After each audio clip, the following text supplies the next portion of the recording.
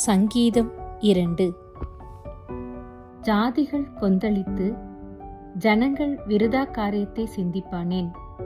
கர்த்தருக்கு விரோதமாகவும் அவர் அபிஷேகம் பண்ணினவருக்கு விரோதமாகவும் பூமியின் ராஜாக்கள் எழும்பி நின்று அதிகாரிகள் ஏகமாய் ஆலோசனை பண்ணி அவர்கள் கட்டுகளை அரித்து அவர்கள் கயிறுகளை நம்மை விட்டு எறிந்து போடுவோம் என்கிறார்கள்.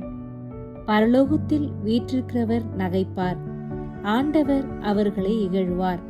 அப்பொழுது அவர் தமது கோபத்திலே அவர்களோடே பேசி தமது உக்கிரத்திலே அவர்களை கலங்க பண்ணுவார்.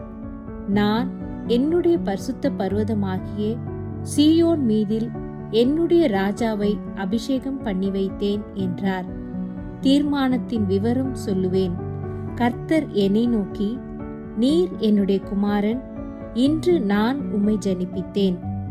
என்னை கேளும், அப்பொழுது ஜாதிகளை உமக்கு சுதந்திரமாகவும் பூமியின் எல்லைகளை உமக்கு சொந்தமாகவும் கொடுப்பேன்.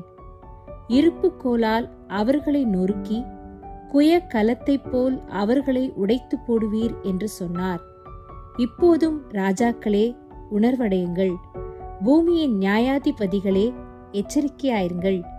பயத்துடனே கர்த்தரை சேவியுங்கள், நடுக்கத்துடனே களிக்கூறுங்கள். குமாரன் கோபம் கொள்ளாமலும் நீங்கள் வழியிலே அழியாமலும் இருக்கும்படிக்கு அவரை முத்தம் செய்யுங்கள். கொஞ்சம் காலத்திலே அவருடைய கோபம் பற்றி எரியும். அவரை அண்டிக் கொள்ளுகிற யாவரும் பாக்கியவான்கள்.